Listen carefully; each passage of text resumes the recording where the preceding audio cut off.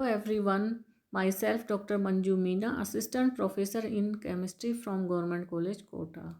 आज हम एल्काइंस की इलेक्ट्रॉन स्नेही योगात्मक अभिक्रियाओं के अंतर्गत देखेंगे हाइड्रोबोरीकरण या हाइड्रोपोरानन अभिक्रिया क्या होती है। तो इसमें एल्काइन बोरेन या डाई एल्किल बोरेन के साथ योगात्मक क्रिया करके एल्कीनिल डाई एल्किल बोरेन बनाती है, जो कि क्षारीय H2O2 के साथ ऑक्सीकृत होकर कार्बोनिल यौगिक बनाते हैं। ये प्रोपाइन है, ये क्या है, डाई एल्किल बोरेन, जो कि आपस में रिएक्ट होकर क्या बनाते हैं, 1 प्रोपीनिल डाई एल्किल बोरेन।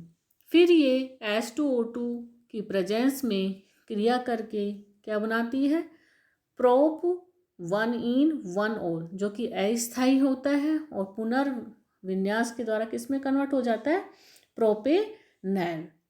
इसी प्रकार से 2 ब्यूटाइन डाई एल्किल बोरेन के साथ क्रिया करके निम्न योगात्मक बनाता है। फिर वो हाइड्रोजन पेरोक्साइड के साथ क्रिया करके क्या बनाता है, ब्यूट 2 बना लेता है। फिर वो पुनर्विन्यास होकर उसका क्या बनता है, ब्यूट 2 ब्यूटेनो। यदि एल्कीनिल डाई एल्किल बोरेन की एसिटिक अम्ल के साथ क्रिया करवाई जाए तो संगत एल्कीने बनती है।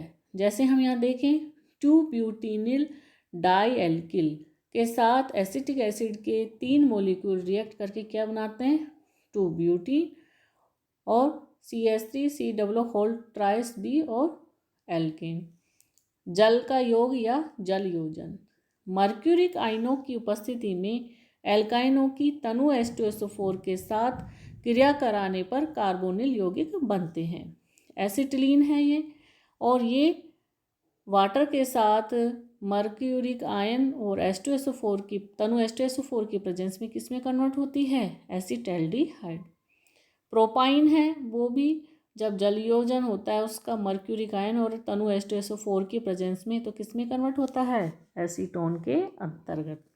तो उपयुक्त जो अभिक्रिया को देखने से ऐसा प्रतीत होता है कि एक कार्बन परमाणु पर 2 हाइड्रोजन व दूसरे पर 1 ऑक्सीजन परमाणु जुड़ता है, लेकिन वास्तव में ऐसा नहीं होता। यह अम्ल की उपस्थिति में सामान्य इलेक्ट्रॉन स्नेही योगात्मक क्रिया द्वारा एल्काइन पर जल का अणु जुड़कर वाइनिल अल्कोहल बनाता है, और यह एक इनोलिक यौगिक है जो कि कीटो इनोल चलाव्यवता द्वारा कार्बोनिल यौगिक में बदल जाता है। जैसे हम यहाँ देखें, किस में कन्वर्ट होता है, पहले ये इनोल रूप में, फिर इसमें क्या पाई जाती है, कीटो इनोल टोटोमेरिल, जिसमें क्या होगा, ये वाला बॉन्ड यहाँ शिफ्ट होगा, यहाँ डबल बॉन्ड, ये बॉन्ड यहाँ ब्रेक होगा और ये वाला H यहाँ अटैच हो जाएगा। इस प्रकार से ये कीटो रूप में कन्वर्ट होता है। जल योजन की क्रियाविधि को हम निम्न प्रकार से समझा सकते हैं। एसिटिलीन है, ये मर्क्यूरिक आयन के साथ निम्न योगात्मक बनाती है। फिर वाटर मॉलिक्यूल के साथ जब अभिक्रिया होती है तो ये बॉन्ड के साथ टूटता है, यहाँ मर्क्यूरिक आयन अटैच रहता है, यहाँ पर वाटर मॉलिक्यूल। नेक्स्ट स्टेप में क्या होता है, यहाँ से एक H आयन निकल जाता है और यहाँ क्या रह जाता है, OH। फिर H+ की प्रेजेंस में यहाँ एक H जुड़ जाता है और मर्क्यूरिक आयन निकल जाता है। फिर ये कीटो इनोल चलाव्यवता के द्वारा एसिटैल्डिहाइड में कन्वर्ट हो जाता है। एसिटिलीन के अतिरिक्त अन्य सभी एल्काइनें जल योजन क्रिया के द्वारा कीटोन बनाती है। ये है एल्काइन H2O और तनु H2SO4 की प्रेजेंस में और मर्क्यूरिक आयन की प्रेजेंस में किस में कन्वर्ट होता है, इनोल रूप में, और वो फिर कीटो रूप में कन्वर्ट हो जाता है। तो इस प्रकार से एल्काइन की इलेक्ट्रॉन स्नेही योगात्मक अभिक्रिया संपन्न होती है। अब हम देखेंगे सेकंड, एल्काइनों की अम्लता या एसिडिटी ऑफ एल्काइंस। ब्रोस्टेन-लोरी सिद्धांत के अनुसार अम्ल वह यौगिक है जो प्रोटॉन देने में समर्थ हो। दूसरे शब्दों में हम क्या कह सकते हैं कि किसी यौगिक की अम्लता से तात्पर्य उस तत्परता से है जिससे कि वह एक प्रोटॉन दे सकता है, अर्थात कोई यौगिक जितनी सुगमता से एक प्रोटॉन दे सकता है उतना ही अधिक उसकी अम्लता होगी या उतना ही वह प्रबल अम्ल होगा। सामान्यतः जब हाइड्रोजन परमाणु किसी ऋण विद्युतीय तत्व से जुड़ा रहता है तो उसका बंधित इलेक्ट्रॉन युग्म ऋण विद्युतीय तत्व की ओर आकर्षित होता है तथा वह हाइड्रोजन प्रोटॉन के रूप में निकल सकता है। वॉल्स ने 1947 में बताया कि एक कार्बन परमाणु की विद्युत ऋणात्मकता इस तथ्य पर निर्भर करती है कि वह पड़ोसी कार्बन परमाणु से किस प्रकार के बंध द्वारा जुड़ा हुआ है। एल्केनों में कार्बन कार्बन के मध्य कौन सा बंध होता है? सिग्मा बंध, और वह sp3 प्रकार का संकरण है। एल्कीनों में कार्बन कार्बन के मध्य एक तो सिग्मा बंध होता है और एक क्या होता है? पाई बंध, और संकरण कौन सा होता है? sp2 संकरण। जबकि एल्काइनों में कार्बन कार्बन के मध्य दो तो पाई बंध होते हैं और एक सिग्मा बंध, और संकरण कौन सा होता है? sp संकरण। तो sp3 कक्षकों में 25% कौन सा करेक्टर होता है? s। sp2 कक्षकों में 33.33% s करेक्टर होता है, जबकि sp कक्षकों में कितना परसेंट s करेक्टर होता है? 50%। अर्थात एल्कीनो व एल्काइनो के बंधी संकरित कक्षकों में s लक्षण क्रमशः बढ़ता जाता है। कार्बन बंध में जैसे जैसे s गुण बढ़ता जाता है उसके बंधी इलेक्ट्रॉन कार्बन परमाणु के निकट होते जाते हैं, क्योंकि s कक्षक नाभिक के निकटतम कक्षक होते हैं। बंध इलेक्ट्रॉन कार्बन के निकट आते जाते हैं, अर्थात कार्बन परमाणु की विद्युत ऋणात्मकता बढ़ती जाती है। कार्बन परमाणु जितना अधिक ऋण विद्युतीय होगा उतना ही वह CH बंध इलेक्ट्रॉन को अपनी ओर आकर्षित करेगा तथा ऋण आवेश को स्थानीकृत करके स्थायी हो जाएगा। तो एल्केनो के एनाइन के घटते हुए स्थायित्वकरणों को हम निम्न प्रकार से प्रदर्शित कर सकते हैं। सबसे अधिक होता है एल्काइन वाला ऋणायन, फिर एल्कीन वाला, और सबसे कम एनायन किसका स्थायी होता है? एल्केन का। तो एल्काइन में कितनी प्रबल अम्लीय है, इस बात को जानने के लिए हम लवणों की विस्थापन विधि काम में लाते हैं। प्रबल अम्ल दुर्बल अम्लों को उनके लवणों में से विस्थापित कर देते हैं। एसिटिलीन अमोनिया से अधिक प्रबल अम्लीय है, अतः अमोनिया लवणों की एसिटिलीन से क्रिया करवाने पर क्या मुक्त होती है? अमोनिया। जैसे प्रबल अम्ल है ये, और LiNH2 प्रबल क्षार के साथ क्रिया करके क्या बनवाता है? दुर्बल अम्ल और दुर्बल क्षार। इसी प्रकार एसिटिलीन जल से दुर्बल अम्लीय है, अतः एसिटिलीन लवणों से एसिटिलीन को मुक्त करता है। ये जल के साथ क्रिया करके क्या होगा? एसिटिलीन को यहाँ से मुक्त कर देगा। और निम्न श्रेणी की अम्लों की घटती सामर्थ्य ये है। H2 सबसे अधिक अम्लीय, उससे कम एल्कोहल, फिर एल्काइल, फिर NH3, फिर एल्कीन, और सबसे कम होता है एल्केन।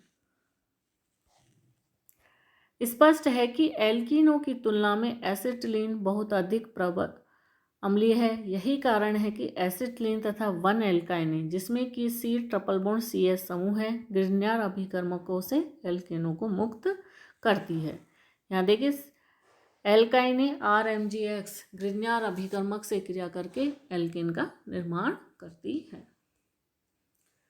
अब यहाँ देखें कि जो 1 ब्यूटाइन है वह एथिल मैग्नीशियम ब्रोमाइड की अभिक्रिया से एक गैस बनती है। यदि 1 ब्यूटाइन की 1.54 ग्राम मात्रा ली जाए तो कितने लीटर गैस प्राप्त होगी? तो ये 1 ब्यूटाइन है, ये इससे क्रिया करेगी तो यहाँ से क्या निकल जाएगा? एथेन। तो 1 मोल या अर्थात 54 ग्राम, तो क्या हो जाएगा यहाँ पर? 1 ब्यूटाइन, और एथेन के 1 मोल। NTP पर कितना आयतन उसका होता है? 22.4। तो 1 ब्यूटाइन के 54 ग्राम से कितनी एथेन प्राप्त होती है? 22.4। तो 1.54 से प्राप्त होगी कितनी? 22.4 बटा 54 इंटू 1.54 बराबर 0.6 लीटर हमें क्या प्राप्त होगी? गैस। अब हम देखेंगे एल्काइनों की प्रतिस्थापन अभिक्रियाएं। तो एसिटिलीन तथा 1 एल्काइनों के अम्लीय ट्रिपल बॉन्ड CS समूह के कारण इनमें कुछ क्या पाई जाती है? प्रतिस्थापन अभिक्रियाएं। द्रव अमोनिया में ये सोडियम के साथ क्रिया करके एल्काइलाइड बनाते हैं। एसिटिलीन है, सोडियम है, और द्रव अमोनिया के साथ क्रिया करके किस में कन्वर्ट होता है?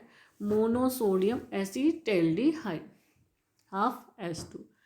अब एसिटिलीन 2 सोडियम अणु के साथ द्रव NH3 की प्रेजेंस में क्रिया करके क्या बनाती है? Disodium acetylide. प्रोपाइन है वो सोडियम के साथ द्रव NH3 के साथ क्रिया करके क्या बनाएगी? सोडियम प्रोपाइलाइड और हाइड्रोजन गैस को यहाँ से मुक्त करेगी। सेकंड है प्रतिस्थापन अभिक्रिया में अमोनियम क्यूप्रस क्लोराइड फेलिंग विलयन के साथ क्रिया करके ये कॉपर एल्केलाइड का लाल अवक्षेप बनाते हैं। एसिटिलीन है क्यूप्रस क्लोराइड Cu2Cl2 और अमोनियम हाइड्रोक्साइड की प्रेजेंस में किस में कन्वर्ट हो जाती है? ये दोनों H किसके द्वारा रिप्लेस हो जाते हैं? कॉपर के द्वारा। और यहाँ क्या बनता है हमें? कॉपर एसिटिलाइड, जो कि लाल कलर का अवक्षेप प्राप्त होता है। साथ में अमोनियम क्लोराइड निकलेगी और H2O। 1-ब्यूटाइन भी इससे क्रिया करके इसमें कितने मोलिक्यूल लेंगे? 2। तो यहाँ क्या बन जाएगा हमें? कॉपर ब्यूटालाइड, अमोनियम क्लोराइड और water molecule. Ammonium silver nitrate, जिसको कि हम क्या कहते हैं? टोलेन अभिकर्मक के साथ एसिटिलीन तथा 1-एल्काइनेज सिल्वर एल्केलाइड का श्वेत अवक्षेप बनाती है। एसिटिलीन है silver nitrate AgNO3 plus ammonium hydroxide आपस में क्रिया करके क्या बनाते हैं? ये सिल्वर एसिटिलाइड का श्वेत अवक्षेप और अमोनियम नाइट्रेट और वाटर। प्रोपाइन है वो AgNO3 सिल्वर नाइट्रेट और अमोनियम हाइड्रोक्साइड के साथ क्रिया करके क्या बनाएगी? सिल्वर प्रोपाइलाइड बनाती है। अब है 1 एल्काइनो तथा एल्कीन या 2 एल्काइनो में हम किस प्रकार से भेद कर सकते हैं? तो 1 एल्काइनो में ट्रिपल बॉन्ड CS समूह होने के कारण ये प्रतिस्थापन अभिक्रियाएं देती हैं। अतः 1 एल्काइने फेलिंग विलयन के साथ कॉपर एसिटिलाइड का कौन सा अवक्षेप देती है? रेड। अम्लीय ट्रिपल बॉन्ड CS समूह के कारण 1 एल्काइने टोलेन अभिकर्मक के साथ सिल्वर एसिटिलाइड का श्वेत अवक्षेप बनाती है।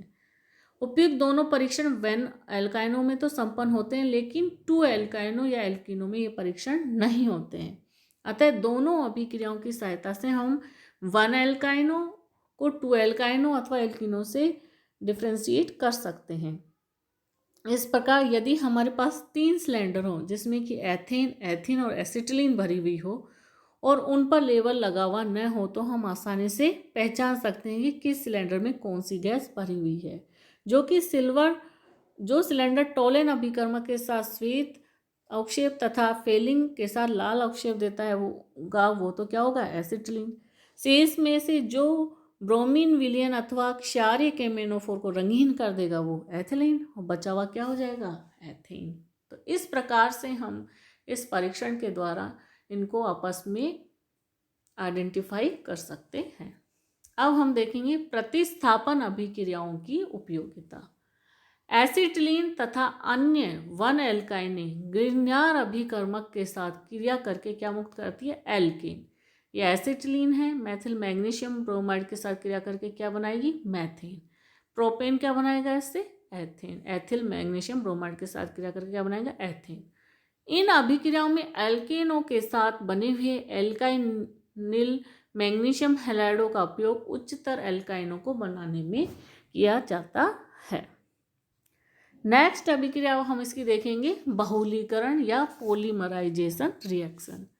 तो विभिन्न परिस्थितियों में एल्काइनों का बहुलीकरण होता है जिससे कि विभिन्न उत्पाद बनते हैं। इनकी प्रमुख बहुलीकरण अभिक्रियाएं निम्न है।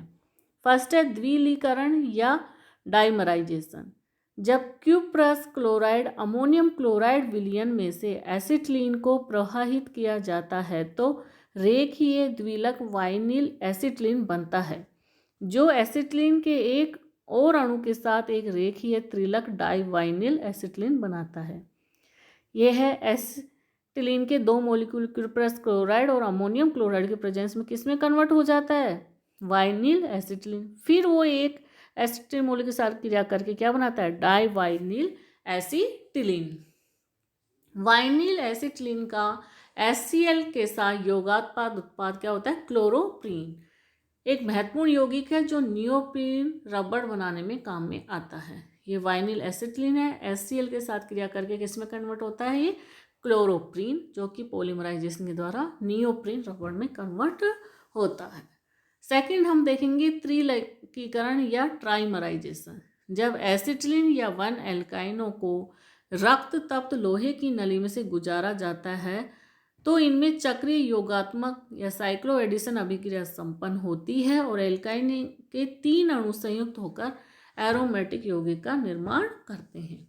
ये हैं एसिटिलीन के 3 मॉलिक्यूल, जिसको कि हम किस में से प्रवाहित कर रहे हैं, रक्त तप्त नली में से। ये वाला बॉन्ड यहाँ से टूट के यहाँ बनाएगा, ये वाला यहाँ, और ये इस प्रकार से क्या प्राप्त होता है हमें, बेंजीन। अब हम प्रोपाइन के भी 3 मॉलिक्यूल रक्त तप्त लोहे की नली में से प्रवाहित करने पर किस में कन्वर्ट होते हैं, मेसिटिलीन। नेक्स्ट अभिक्रिया है इसकी टेट्रामराइजेशन या चतुष्कीकरण। यदि एसिटिलीन को 62 डिग्री सेंटीग्रेड ताप तथा उच्च दाब पर निकेल साइनाइड उत्प्रेरक पर भेजा जाए तो इसके 4 अणु संयुक्त होकर साइक्लोओक्टाटेट्राईन बनाते हैं। यह अभिक्रिया भी चक्रीय योगात्मक अभिक्रिया का उदाहरण है। 4 एसिटिलीन मॉलिक्यूल निकेल साइनाइड उत्प्रेरक की उपस्थिति में 65 डिग्री सेंटीग्रेड तथा 200 एटमॉस्फेयर प्रेशर पर किसमें कन्वर्ट हो जाता है, साइक्लोओक्टाटेट्राईन।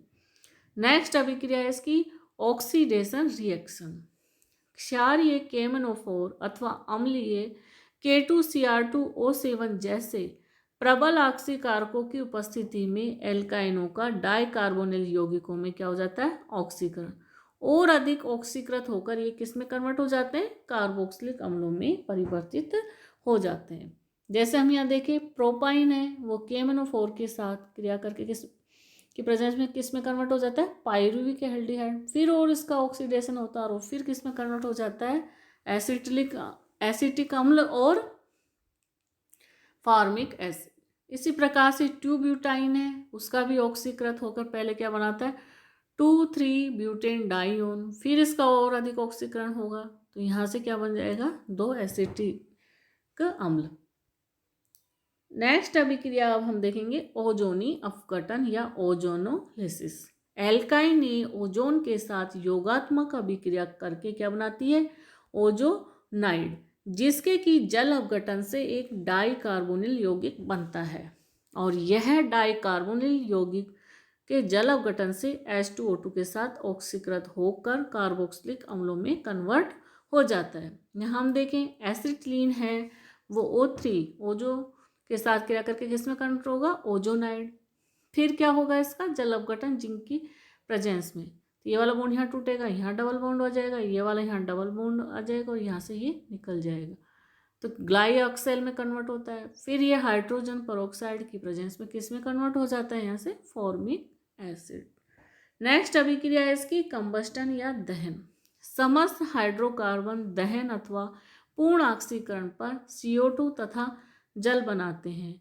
एल्काइनें भी वायु या ऑक्सीजन की उपस्थिति में जलकर CO2 व जल बनाती है और इस प्रक्रिया में बहुत ऊष्मा मुक्त होती है। जैसे हम यहाँ देखें एसिटिलीन है, 4 ऑक्सीजन अणु के साथ क्रिया करके इसमें कन्वर्ट हो जाती है CO2 और H2O और इसमें से क्या निकलती है, हीट। एल्काइनों की नेक्स्ट अभिक्रिया है आइसोमराइजेशन रिएक्शन। प्रबल क्षार की अल्प मात्रा में एल्काइनें समावयवीकृत हो जाती हैं। इनमें एल्काइनें परस्पर स्थिति समावयव में परिवर्तित होती है। उदाहरण के लिए 1 एल्काइनें एल्कोहली KOH के साथ क्रिया करके किसमें कन्वर्ट हो जाती है, 2 एल्काइनों में परिवर्तित हो जाती है। जबकि 2 एल्काइनें सोडामाइड के साथ क्रिया करके किसमें कन्वर्ट हो जाती है, वापस से 1 एल्काइनों में। ये हम देखें 1 ब्यूटाइन है, एल्कोहली KOH के प्रेजेंस में किसमें कन्वर्ट होती है, 2 ब्यूटाइन। और 2 ब्यूटाइन NaNH2 की प्रेजेंस से वापस में किसमें कन्वर्ट हो जाता है, 1 ब्यूटाइन। तो इस प्रकार से एल्काइनों की अभिक्रियाएं संपन्न होती हैं। Thank you.